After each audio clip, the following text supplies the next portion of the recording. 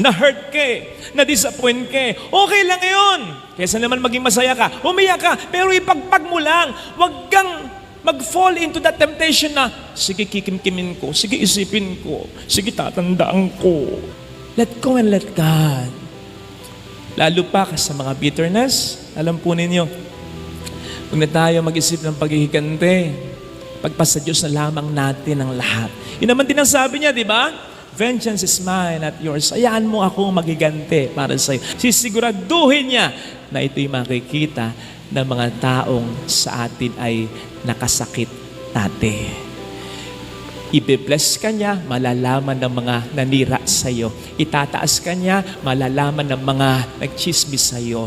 Gaganda ang buhay mo, malalaman niya ng mga nag-down sa iyo.